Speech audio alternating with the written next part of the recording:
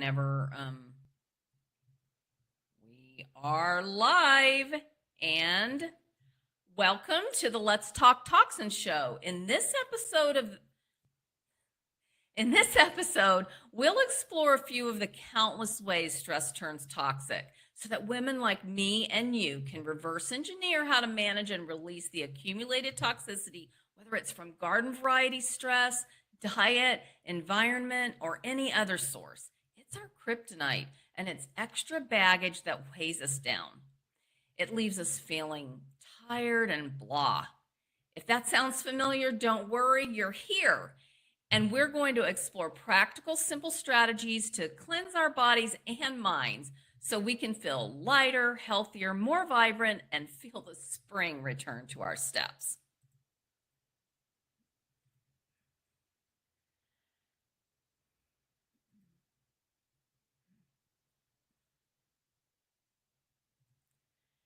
And if you're new here, I'm Dr. Gayla Gorman, a licensed acupuncturist, naturopath, and author of What's Your Kryptonite?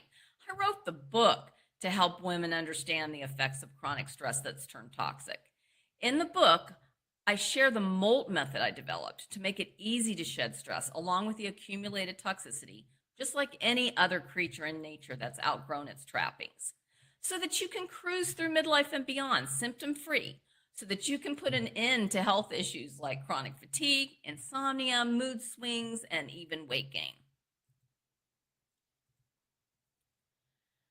So today I promise to share 3 ways I detox every summer. And so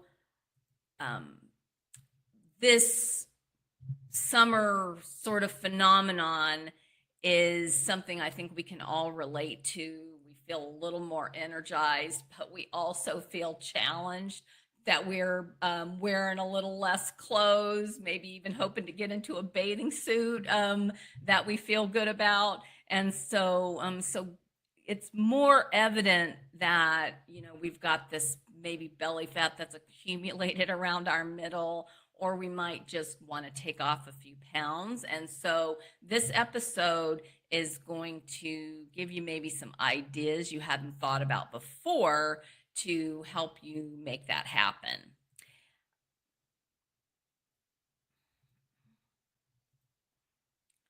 So let's start with just the easiest thing to do in the summer, and that is to get sun exposure. So the sun recharges your battery, and when you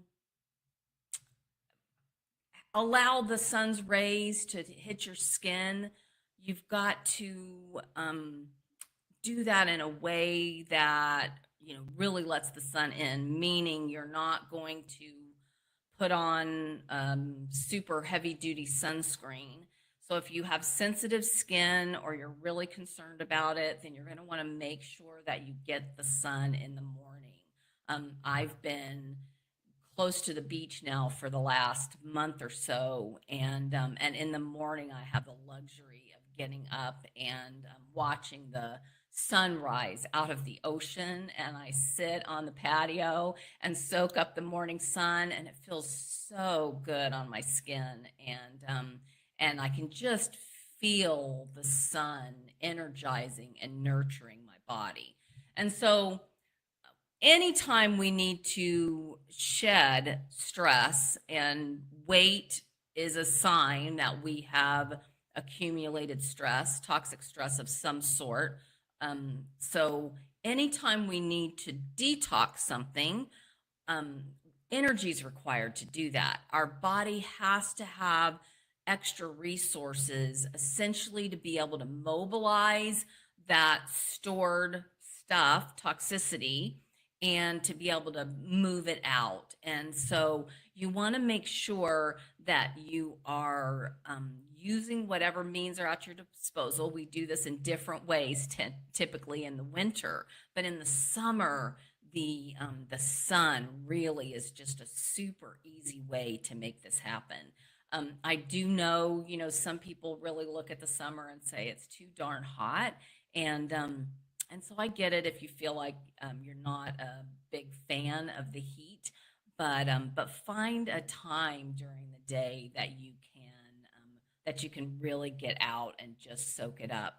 Um, some mornings when it's really warm and humid outside, I am just sweating, even at 7, 8 o'clock in the morning.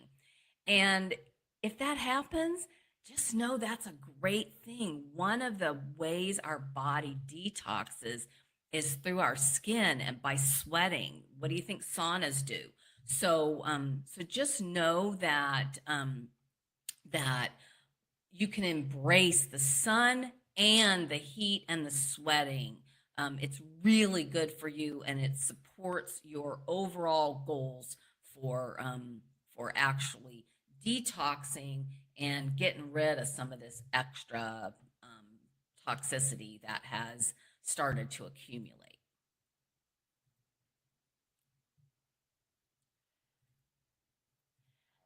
And then, if you've been in my world for a while, you may be familiar with what I refer to as the Fierce Five. If you want a handout that I created with the top 10 sources of each one of the Fierce Five, just comment Fierce Five um, wherever you're watching this video. And if you can't easily comment, then go to drgala.com/links. That's probably, it may even be showing up on your screen. If it's not, it's drgala.com/links. But the Fierce Five is, again, one of those just sort of hacks, if you want to think of it that way, that will help your body to reduce the amount of toxicity it has to deal with on a daily basis. So the Fierce Five is dairy, gluten, grains, but particularly grains with gluten in them, yeast, sugar, and alcohol. And so at first, it might sound really challenging. Gosh, don't we all love our cheese? You may even be practicing some crazy diet that says it's great to use cheese as a high source of protein and fat, which it is, but it creates all sorts of issues, including a yeast overgrowth. So cheese is one of the absolute worst things we can consume. I use cheese very sparingly. But one of the things that I love to eat in the summer that just makes practicing this Fierce Five elimination really easy is a big salad.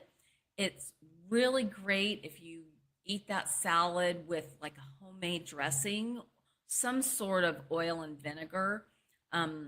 And the reason why you want to use a homemade dressing is that you want to try to minimize these bad fats that are in everything. And so, if you look at the label of just about any bottled salad dressing, you will see some sort of seed oil, canola, sunflower, safflower, some sort of crazy oil. And we want to be using olive oil or avocado oil. And so it's rare that a salad dressing will use olive oil or avocado oil because they're fairly expensive oils and they're trying to, mass produce this stuff. So much better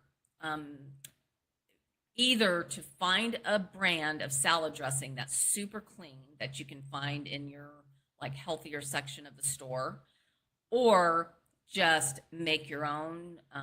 One of the great dressings of kind of all time is just really high quality olive oil with a little drizzle of balsamic vinaigrette or red wine vinaigrette, and then you're not going to want to put cheese in the salad because we're going to eliminate dairy. But one of the things that I like to add into a salad that just kind of gives it a little extra appeal for me is toasted pine nuts. And I actually buy them at the store, just toast them in the oven and sprinkle those on a salad, and they make the salad so good.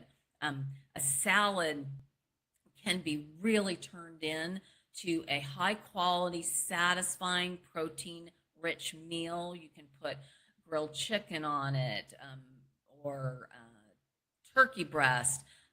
You want to use high quality meats that are preferably, free range, organic, grass fed, that sort of thing.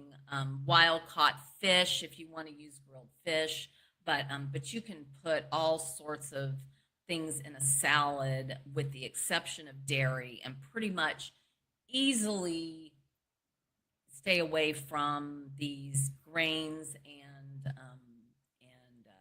dairy and sugar. And if you use like a red wine vinaigrette or a balsamic vinegar dressing, those probably are going to have a little bit of sugar, potentially even a little bit of alcohol. But I would say that I'm really not too concerned about it. It's a very small amount, and one of the things that I like to remind people is that when you get really super strict about any approach that makes it almost impossible to sustain, you won't stick with it. And what I'm trying to do is teach you and encourage you to identify the things that you're consuming that are creating toxicity, that are accumulating toxicity in your body, and eliminate them as much as possible. We can never eliminate all the toxicity. It's literally everywhere. So the more we can eliminate, the more we identify and we can easily eliminate, the less our body has to deal with. And you'll just find that the weight and the fat just kind of naturally starts to fall off. It's not a super quick, like it's going to happen in 3 days. But this is one of the things that produces the fastest, best results initially for the women that I work with. And once we kind of identify some hacks to create some swaps for them that are healthy swaps, it's really fairly easy for them to get this done. One thing I do want to point out, if you haven't heard me talk about the Fierce Five before, is that if you are swapping breads, baked goods for gluten-free items, a lot of times they put even more yeast in those items. That's one of the reasons why I added yeast to the Fierce Five, because what I find is that we start eliminating things and using these swaps and hacks, and we end up introducing these other things that accumulate toxicity, and we think we're doing everything right, and we're not seeing any results, and we can't figure out why. So yeast is one of those things that's kind of a sneaky thing that that creeps in places that you wouldn't necessarily expect it to. So the next one is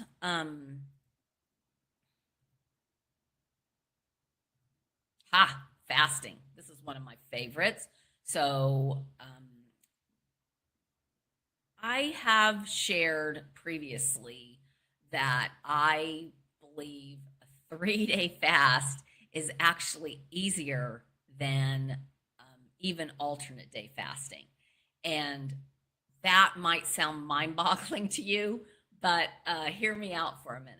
So, with alternate day fasting, so what alternate day fasting means is that I'm going to eat, maybe my last meal on, let's just say I'm alternate day fasting and I'm going to fast tomorrow.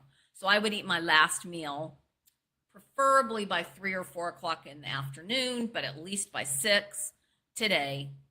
I would not eat at all tomorrow. And then I would eat as early, honestly, as I want to, not in the middle of the night, but anytime after, say, 7 a.m.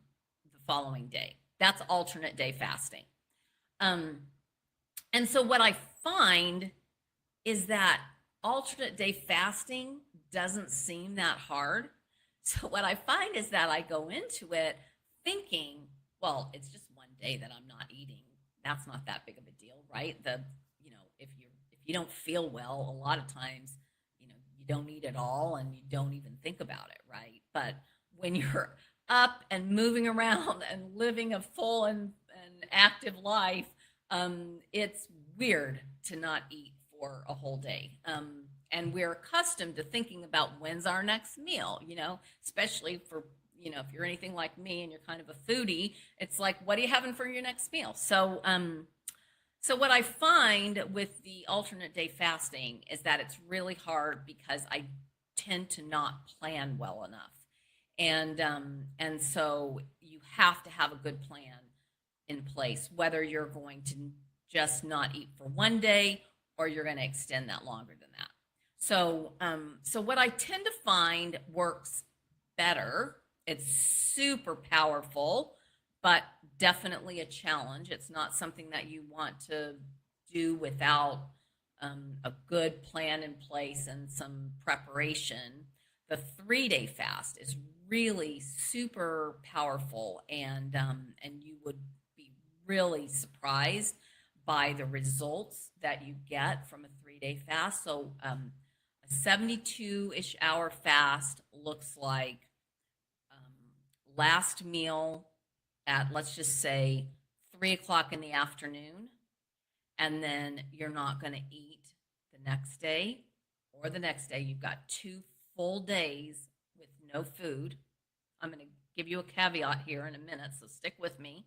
2 full days with no food, and then you're going to eat about the same time in the afternoon the following day. So you've got 3 full days with no food. Really what this is an extended period of digestive rest, and all kinds of amazing things are happening in your body when you do this. Couple things to keep in mind is that you should never go into a 3-day fast without knowing how to regularly monitor your blood sugar. We monitor blood sugar for a lot of different reasons. On the one hand, we monitor blood sugar because we're accustomed to getting that hormone signal and almost feeling a little lightheaded. And we've been told that we need to eat anytime we feel that feeling, and that it's low blood sugar that we're responding to. But if you take your blood sugar, there's probably an 80% chance that it's not low blood sugar. It may even be high blood sugar. So just know that you're going to need to monitor your blood sugar. If you do find that your blood sugar is low, then you do need to eat something and to moderate that. You do not want to let your blood sugar crash. And so it's really important, if you're going to do anything more than, I would say, 1 meal a day, which we'll talk about that in a second. If you're going to fast any longer than like 24 hours, I would say that you've got to learn to monitor your blood sugar. And it's in the beginning, especially, it's really helpful to monitor your blood sugar like several times a day, just so that you get a feel for what's happening and what your blood sugar really looks like, because it's a great health marker to be aware of. One of the things that happens with fasting is that your body temperature kind of cools off. You don't have the same kind of heat effect going on because some of these systems are shut down, which is allowing your body to use those extra resources to do repair work. But it's really hard to do this 3-day fast in the winter if you know, are sensitive to cold at all. I'm personally not a big fan of winter. So for me, if I practice a 3-day fast in the winter, I am bundling up and, covering up and, you don't really want to use electric blankets unless you absolutely have to. The electricity kind of disrupts your energetic signals, but you really can benefit from this in the summertime because we're too hot anyway. Just leave the air conditioning up higher and just allow your body to cool down naturally, and it's a win-win, right? It's a win-win for your pocketbook too because your power bill will be less. So that brings me back to the one meal a day concept and early time restricted eating. So a lot of people who use OMAD is one meal a day. A lot of people who adopt OMAD think that it doesn't matter when you eat that one meal. And I will say that, in the beginning, you can get results eating one meal a day, sort of whatever time you eat that one meal. But long term, you want that one meal to be consumed no later than 3 or 4 o'clock. If you have to stretch it to 6, you can stretch it to 6. But if you have a job where you don't get out of work until 6 or so, and you've got to go home and then try to prepare dinner, you need to figure out how to eat a big, satisfying lunch during your workday and just not eat in the evening. The effects of eating late are really cumulative, and you are accumulating toxicity, and it is negatively affecting your health. So the early time restricted eating (ETR) is one of the most powerful things you can do for your health, to just get to the point where you really just rarely eat anything after like 6 o'clock at night, so I know that can be really challenging for people if you're one of those eat dinner, especially eat dinner out people. I see people come into the restaurant. I'm like long done, and people are just showing up and getting started at 7 or 8 o'clock at night, and I know they're probably the ones that are having really big challenges sleeping, and that then allows other health issues to accumulate. So this is one of the really big things that can help you to initiate this summer detox and take off a few pounds and even the belly fat that's accumulating.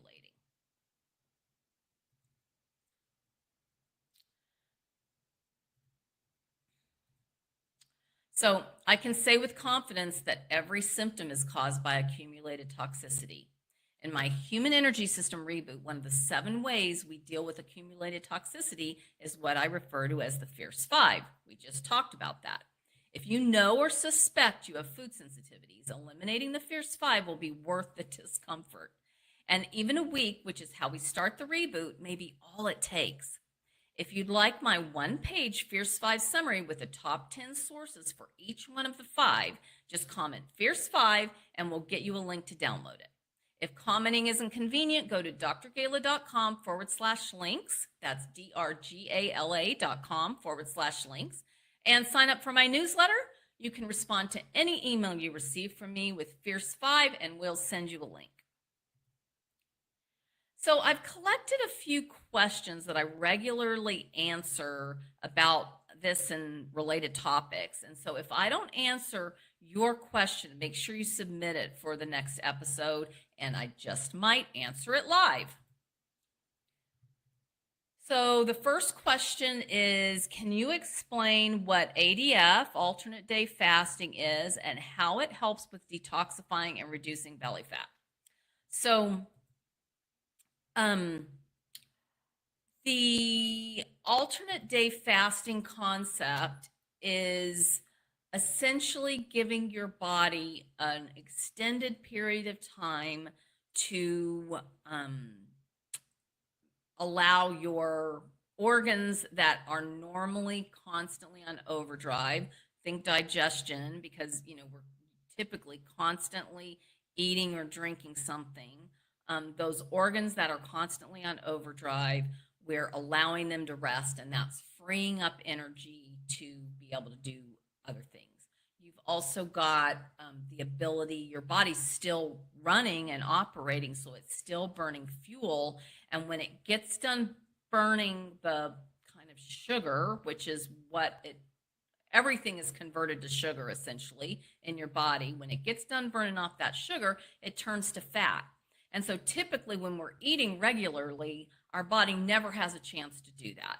And so when we go an extended period of time without food, then our body turns to fat and learns how to use fat for fuel again. So alternate day fasting is, in my opinion, challenging because it seems really easy, but I find it not that simple. We're accustomed to eating 1, 2, 3 meals a day. And so if you don't have a good plan for how you're going to distract yourself, it will be really challenging to practice ADF or alternate day fasting. It can be worth it if you don't feel like you can handle a longer fast than that. I tend to go to a 3-day fast if I'm going to fast longer than just like 24 hours. And so when you go to a 3-day fast, that requires 100% requires a plan. We tend to think we can just skip 1 day of eating and it won't really be that challenging. But it, as I mentioned a moment ago, I find it really challenging. And so it's just important that if you are going to try alternate day fasting as sort of a bridge moving towards a 3-day fast, prepare for the alternate day fast the same way you would prepare for a 3-day fast. But then instead of skipping 2 days of eating, you're only skipping 1 day of eating. And that could help you get to the 3-day fast, which is where you'll really accumulate some benefits.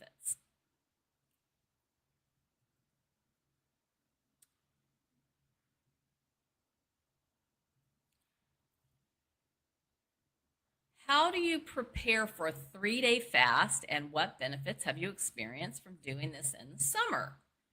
So, what a great question. The 3-day fast, honestly, is my favorite fast, and maybe not favorite from the challenge of it, but favorite from the results you see from it.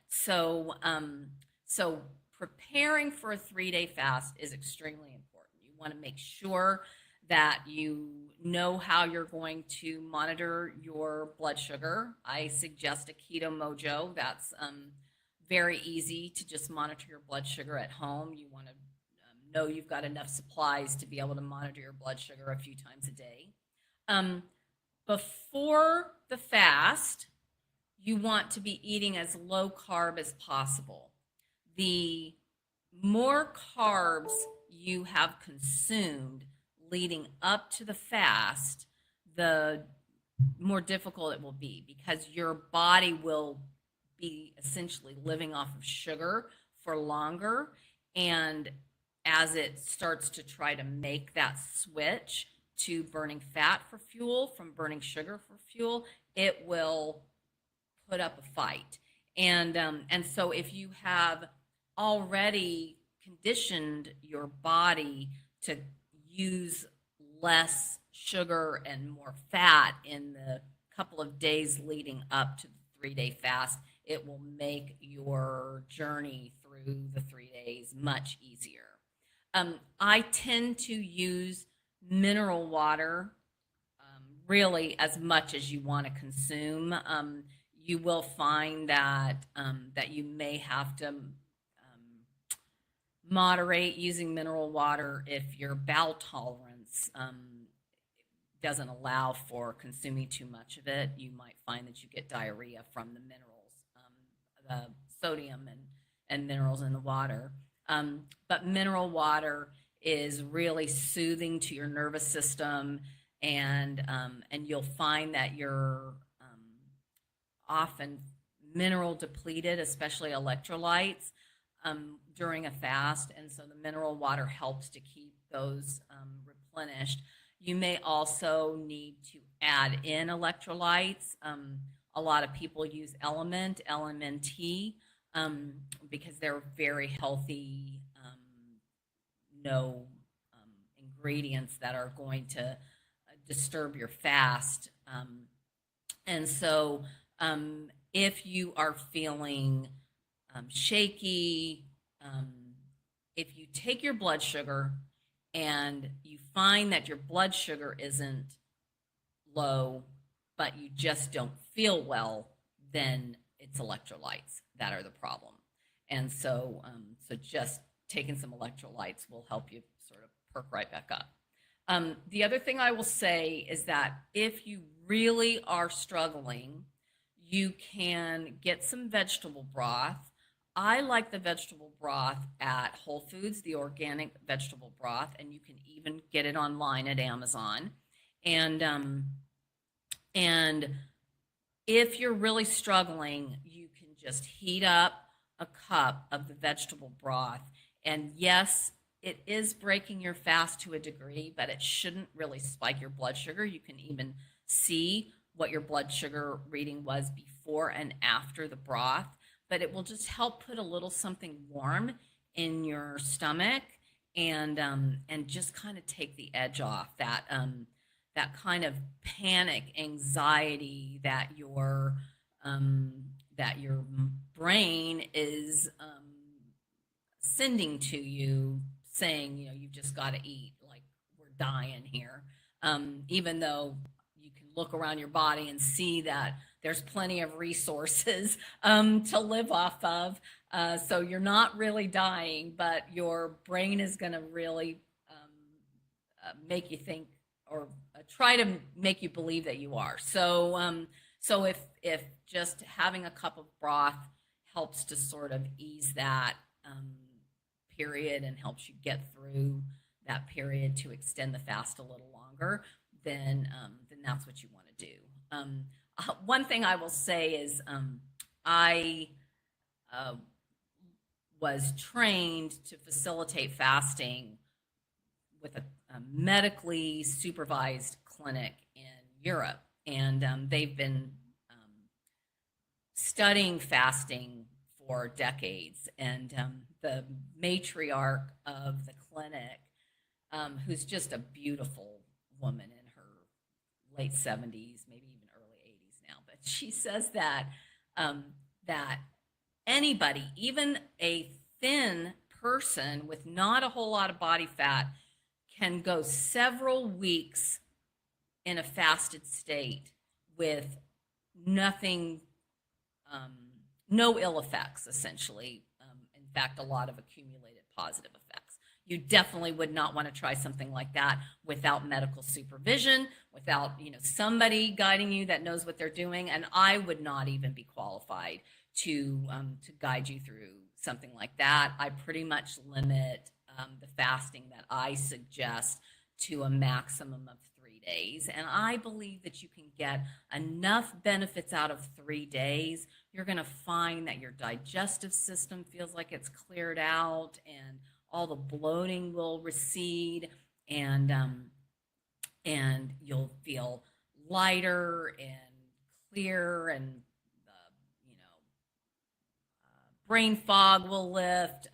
Some of the symptoms that you've been having will recede from this 3-day fast. And some things, especially if you continue practicing some of the things things I recommend to reduce the amount of toxicity that your body has to deal with every day, some of the benefits will continue.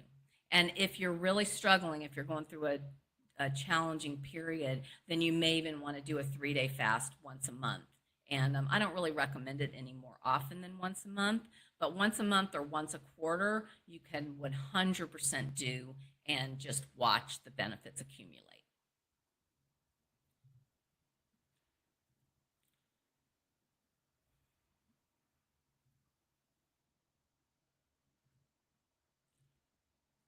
Can you describe the role of sun exposure in your detox plan and how it contributes to belly fat reduction? That's another really good question. So, vitamin D, most of us know that vitamin D is arguably the best source. The best source of vitamin D arguably is the sun. And vitamin D is a hormone. So you're actually going to balance your hormones with the sun. And it's going to help with things like insulin resistance, which is directly related to belly fat accumulation. So this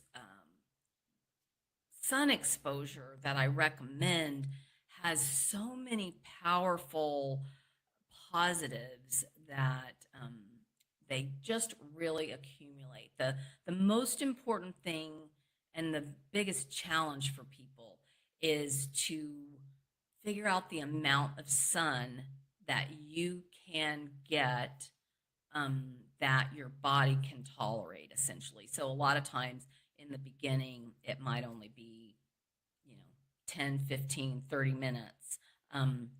But your skin and your body will definitely adjust to it, and you'll find that you can extend that to an hour or two, especially like depending on what time of the day you're out in the sun and how warm it is, what you're able to tolerate heat wise as well. So the sun is extremely powerful to boost our energy levels, to help deal with chronic fatigue, to boost your mood.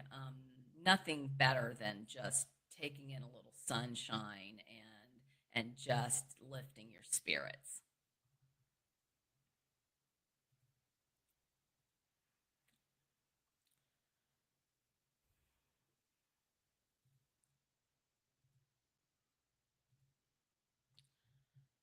Have you noticed any long-term benefits from your summer detox routines? And if so, what are they? So, um, the long-term benefits really do accumulate, especially if you are using the fasting that I recommend. If you are fasting once a month or once a quarter at least, that those benefits are definitely going to accumulate. If you practice a 3-day fast, what I tend to find with a 3-day fast is that it's not really about weight loss, although there is an element. We all want to feel like we accomplished something by eliminating all those calories, right? And so if I release 3 to 5 pounds during a 3-day fast, that's not uncommon, I'll find that 1 or 2 of those pounds will stay off without doing anything to sort of continue that.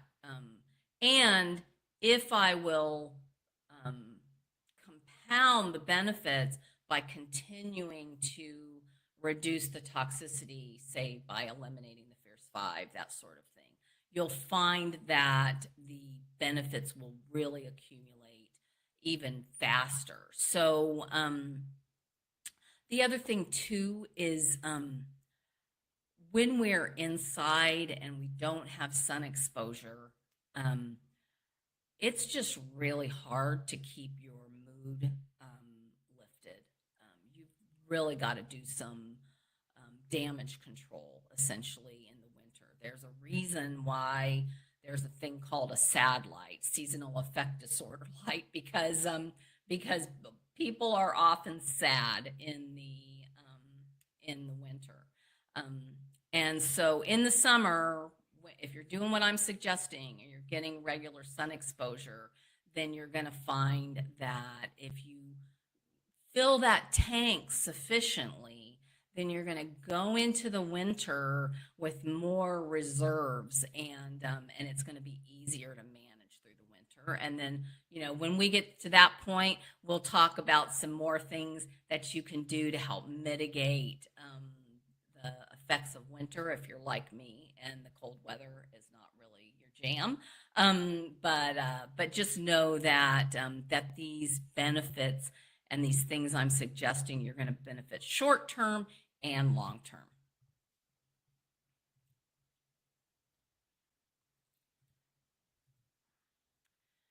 So there is something else that I wanted to talk to you about today, and kind of a related subject that will help you with your summer detox strategies. So, are you feeling off but can't pinpoint why? There might be a surprising reason.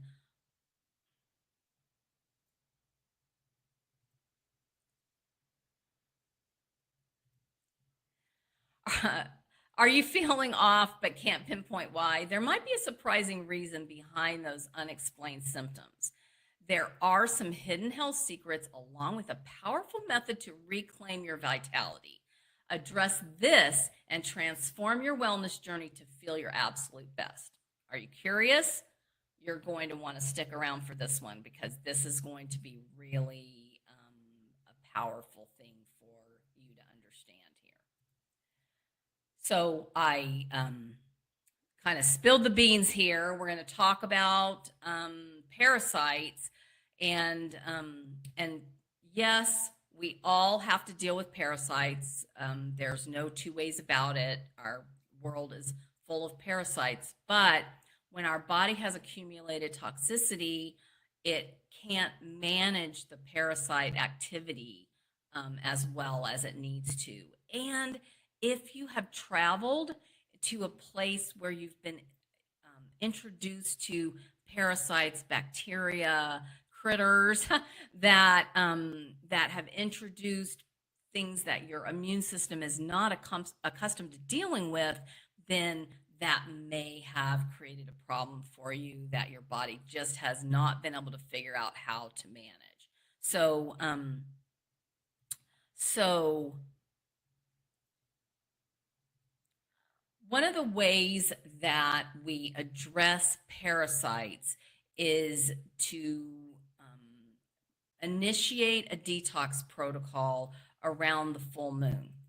And so people often ask me, like, why the full moon? If you are not familiar with this strategy, it kind of seems a little woo-woo. And so I have been accused of being woo-woo, and I embrace that. So if woo-woo's not your jam, then this might not be for you. But if you have an open mind, you're going to want to listen to this. The theory, I think, behind why parasite activity is a little greater around the full moon is because our body is primarily water, and the theory is that it's just maybe a little easier for the parasites to get around when our body's activated. So if you've been near the shore, you know what happens to the ocean around the full moon. So imagine what's happening to our body and all the water inside our body during a full moon. So as the parasites are more active, they are more vulnerable. And that's why we want to initiate a detox protocol during the full moon period. And we start it a couple of days in advance and extends to a couple of days after. And we kind of capture that period of time. So, how do you know if you've got a likely parasite overgrowth? Well, a couple things. One, if you find that you're waking during the night and it's worse around the full moon, then that could be a clear indication. Also, if you're itching, especially your rectum, if you're finding that you're itchy, that can often be parasite activity. Again, especially at night. And then if it gets worse around the full moon, that's a clear indication that it's parasite activity that you're dealing with. So if you feel like you are dealing with parasite activity, then what you want to initiate is a targeted detox protocol around the full moon. And so we initiate these in our membership around the full moon for anybody who feels like they need to do this. It's helpful to have support because the die-off can be kind of a challenge. It's called a Herxheimer reaction, and so as the parasites are dying off, they're basically dumping additional toxicity into your body that needs to be eliminated, and so you can have issues like headaches and that sort of thing, even bloating. So you'll maybe even feel worse in the short term, but it's really beneficial in the long term to reduce the parasite load in your body. There are specific herbs that are known to address specific type of parasites, so it can be helpful to know exactly what you're dealing with. If you are pretty sure that you've got a parasite problem, then you can do like a more general parasite cleanse. That's usually what we initiate, and it'll just kind of help clear out anything that's really made itself vulnerable.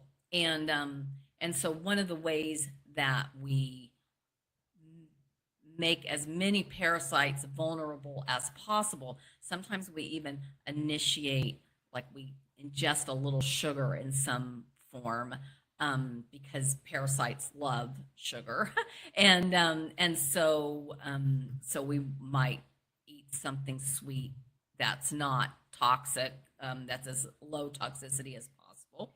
So you might use honey or something like that, and that will bring the parasites out, and then the herbs that we're using to detox will kill them, and then you've got to make sure that your body is capable of removing what you have killed, because you don't want to leave those parasites and all the debris floating around in your body. The accumulated toxicity was the problem in the first place. And so the way we do that is we really make sure that our elimination is working properly, that we're having a good bowel movement at least once or twice a day.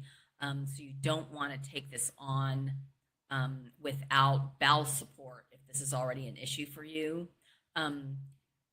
Some people actually experience discomfort that might even go to the extreme of feeling like stomach flu. I can't even tell you how many stories I've heard of people that had really strong abdominal cramps and ended up passing a big parasite. And so it definitely happens. These critters sort of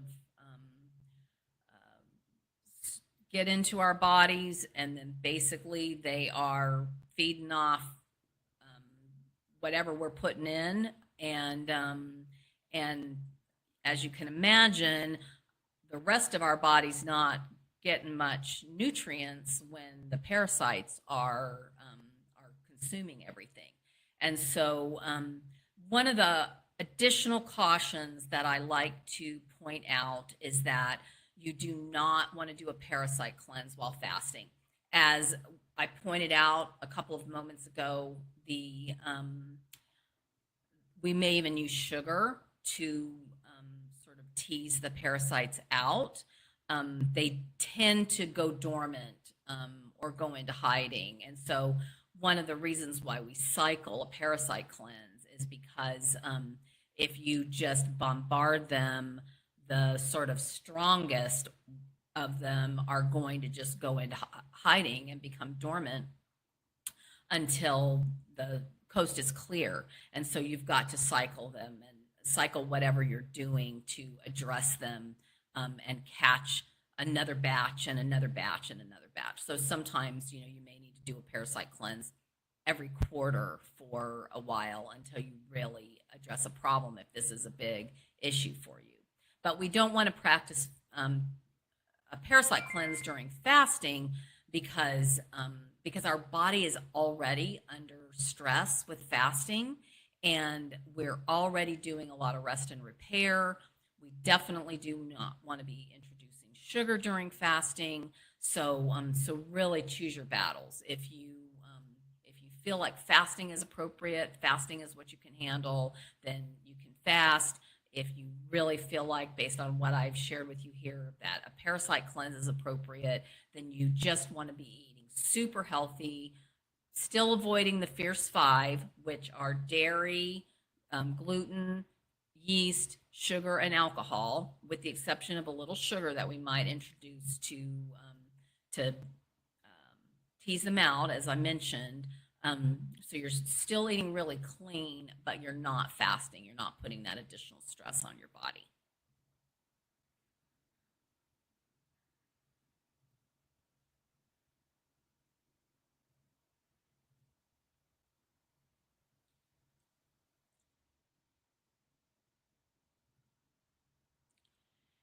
So the last thing I wanted to talk to you about today is juicing.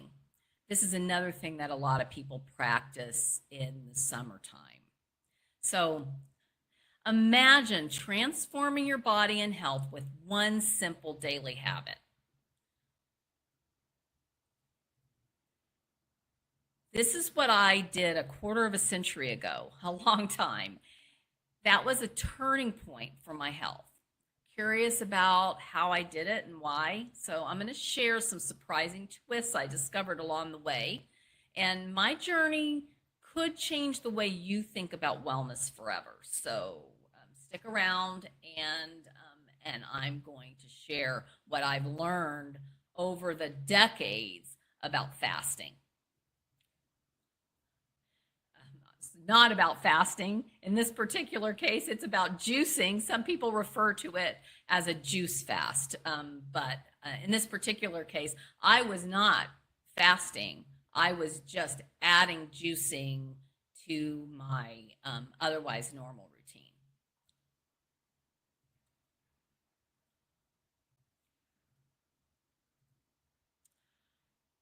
So let me share how I got started with fasting, because with juicing, I've got fasting on the brain today. So let me share how I got started with juicing, and it's kind of an interesting story, and it's really foundational to the way I practice and work with people now, to help them optimize their health and well-being. So I was living in a place that I don't live in anymore, but I had really gotten to the point where I was super stressed and really toxic. I was puffy, and I hadn't gained a ton of weight, but probably somewhere in the 15-ish pounds, 10 to 15 pounds really needed to be eliminated. And so there was an MD where I lived that was kind of known to be the woo woo MD. And they do exist. They're not very common for a lot of reasons, but this particular doctor was an internal medicine MD, and he specialized in helping people deal with food sensitivities. And so he used a lot of different techniques similar to what I use. He used a muscle testing, essentially, and I use a technology assisted form of muscle testing. He also used acupuncture needles, which, that was long before I became an acupuncturist, but I was introduced to the acupuncture needles. He was probably the first person that introduced me to acupuncture. He also used homeopathy, which was quite different for an MD. But his main sort of linchpin that he recommended was juicing. And so his suggestion was to eliminate a handful of foods that were things he tested you for. And he found a lot of commonalities, the same thing I've found over the years in working with women, a lot of commonalities that are things that just about everybody has an issue with, and then a handful of things that might be pretty unique to that person. And I'll use tomatoes as an example. There's something about tomatoes, and in particular cooked tomatoes, that are kryptonite for me. And so that was one of the things that I had to eliminate. And that is not something that I commonly recommend people eliminate, because it's not something that 80% of people have a problem with. The things I recommend you eliminate, the fierce 5, dairy, gluten, yeast, sugar, alcohol, those everybody has a problem with, just about everybody, unless you live in a foreign country and you don't have to deal with the same things we deal with in our food supply in the United States. You probably have a problem with those things. And so he sent me home with instructions to juice and to eliminate these handful of things. Dairy and gluten were 2 of them, and wine. I love my wine. You may feel the same way, and I still do drink wine on occasion, but I understand my limits, and I do it in moderation, and I use red wine instead of white wine because I'm more sensitive to white wine. So there's a lot of, sort of moving parts and factors here. But he sent me home with homeopathic remedy to support the body and the mind in particular, to make these adjustments to deal with the changes. My instructions were to eliminate these handful of things and to juice every day. And otherwise, eat whatever you want. Don't worry about it. It's, this isn't a diet. This is a new lifestyle. And so I had never juiced before. So that was the first thing I had to do. I had to figure out how I was going to do this. So I got the Juice Man juicer, and my dad actually had been juicing. So I talked to him a little bit about it, and ended up developing my own recipe for the juice, which I'll share with you in a moment. But essentially this juice was the first thing I consumed in the morning.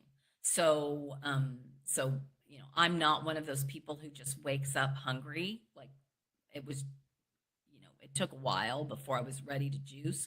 But when I was ready to eat something, the instructions were that this was the first thing I consumed. And so I got busy making that happen.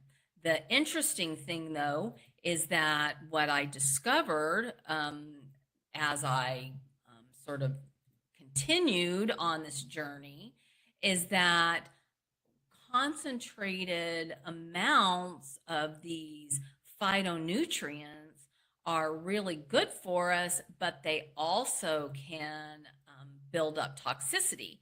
And so there is a thing called oxalates that are in pretty high potency in vegetables, some vegetables in particular. And so when you're juicing, one of the reasons why you're juicing is because you want to get a really concentrated amount of these phytonutrients.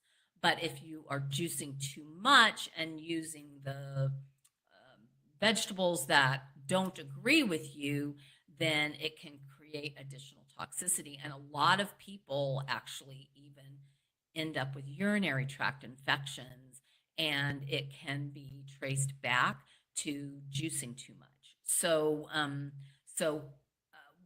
there's a book by Stephen Gundry called The Plant Paradox. And if you look it up online, if you haven't heard of it before, you can look it up online. And there's a lot of,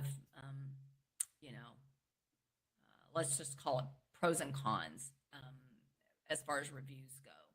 And what I like to point out with the plant paradox is that if you've actually read the book, what he has explained in the book is that the problem isn't with the plant necessarily, it's with the seeds. And it's also with our commercial farming. So what happens now is the produce is picked before it's ripe, and then it's artificially ripened to sort of get it to the store. And in that artificial ripening process, the same process that a plant would use to make the fruit or vegetable non-toxic doesn't happen. So those seeds that we consume still have the toxicity that the plant uses as its defense mechanism as it's growing. So it's really important, if you're going to juice, to make sure that you're using plants that are not essentially kryptonite for you, and that you are using organics, and if at all possible, farm to table. Go to your farmer's market and get the whatever is there that is fresh and was picked when it's ripe.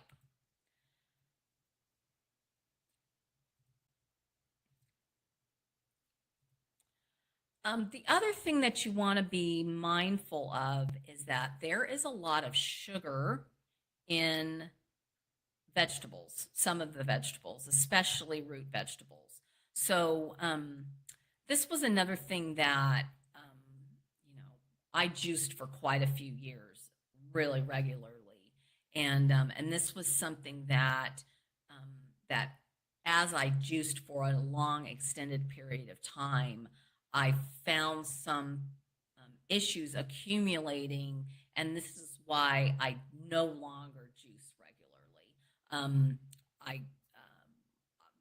For a number of reasons, I'm going to share a little bit more about that in a second, but just know that, especially root vegetables,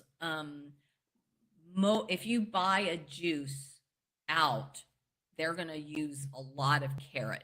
Typically, carrots are cheap and they yield a lot of juice, and so they tend to fill up the glass with carrot juice, and then they sprinkle in a few other things. And so if you're going to juice, you want to make sure that you're not consuming too many of these vegetables that have a really high sugar content. As I mentioned, root vegetables tend to be a fairly high sugar content. They definitely are healthy for you, and they're good to add in. You just want to make sure that they're not being overused, and that really requires that you juice at home, because try telling somebody the place that you're purchasing the juice that you only want them to use a couple of carrots, and they'll say, we can't do that because the amount of these other ingredients we'd have to use would be cost prohibitive. And believe me, I know that's true because I did it myself. So basically, my juicing recipe is not simple, easy, and it wasn't even really sustainable. It was super healthy. And if I was going to reintroduce juicing regularly, it is the same recipe I would use today. And that is apple, carrot, beet, lemon, ginger, spinach, cucumber, celery, and parsley. And so, as you can imagine, I called it a liquid salad. Essentially, I would use half an apple, a few carrots, depending on their size. If they were really big, I'd use 2. If they were smaller, I'd use 3. Half a beet. I would also include some of the beet greens. I'd use half a lemon, about a thumb size of ginger, and just a handful of spinach, about a third to a half of a cucumber, depending on, again, how big the cucumber was. Typically a couple of stalks of celery, and then a handful of parsley. And so, as you can imagine, that was quite a lot of storage required in my refrigerator. I had a whole dedicated area because what I would have to do is kind of figure out how much I had to buy to end up with 4 to 6 juices, essentially. So if I bought a thing of beets that was 3 beets, and I knew I was going to cut those beets in half, that's going to make 6 juices, right? So then I need 3 apples, and I need so much, 3 lemons, so much of the other ingredients, essentially, so that at the end of the week, if I juiced 6 times, I would use all those vegetables, and then, I'd have to go replenish. And so it was quite a production, pretty healthy, especially the way I did it, because I didn't use a lot of any particular thing that would be a problem. And as I've mentioned, it wasn't really easy or sustainable. If you are going through some kind of health crisis and you really need to introduce super clean, whole foods that don't require much digestion, this would be definitely something worthy of consideration. But I will say that that the lack of digestion is definitely one of the issues with juicing. We want our digestive tract to get exercise, and so you're really better off eating food that you have to chew. Super healthy food that you have to chew, because digestion starts in the mouth. And so when we're juicing, there's essentially no digestion required. It's going to go pretty much straight through your system. Your small intestine is going to pull out the nutrients, so it is super nutrient dense. But it really is not something I would recommend on a daily basis. And the problem with that is that if you're not doing it on a daily basis, then it's hard to justify buying all those vegetables because they don't last long enough. And another caution that I will add here, it's not that hard to find a store that you could essentially buy a juice that's pre-juiced, but as that juice sits on the shelf, the nutrient value decreases. And so the juice is most powerful health-wise in the first half an hour to an hour it's juiced. So even if you want to juice, like let's just say you're going to juice all those vegetables and make your juice for a whole week, by the end of the week, that juice, the phytonutrients in that juice are basically gone. And so you need to be juicing and drinking it, and that is quite a job and a thing that has to get worked into your schedule. If you are wanting to buy pre-juiced juice, you also need to be careful of the ingredients and the quality of the ingredients. So really, I just don't recommend it. Sometimes I will use pre-juiced juice, primarily green juice, because you want as little sugar as possible. If I'm doing an extended fast, sometimes I will introduce juice as an alternative to the broth. I use vegetable broth sometimes if I'm really doing an extended fast and I've got to kind of mitigate the stress that is being introduced related to the fasting. So that's a story for another day. But just know that juicing can be really powerful, very helpful in certain situations, but I definitely would not recommend doing daily juicing for an extended period of time. For a week, a month, that sort of thing, no issues. I think you would benefit tremendously from introducing juicing into your routine.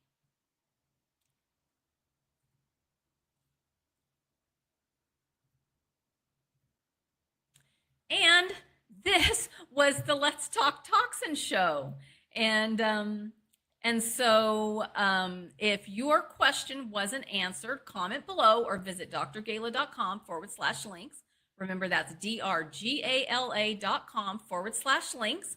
And thank you for tuning in. Until next time, be well.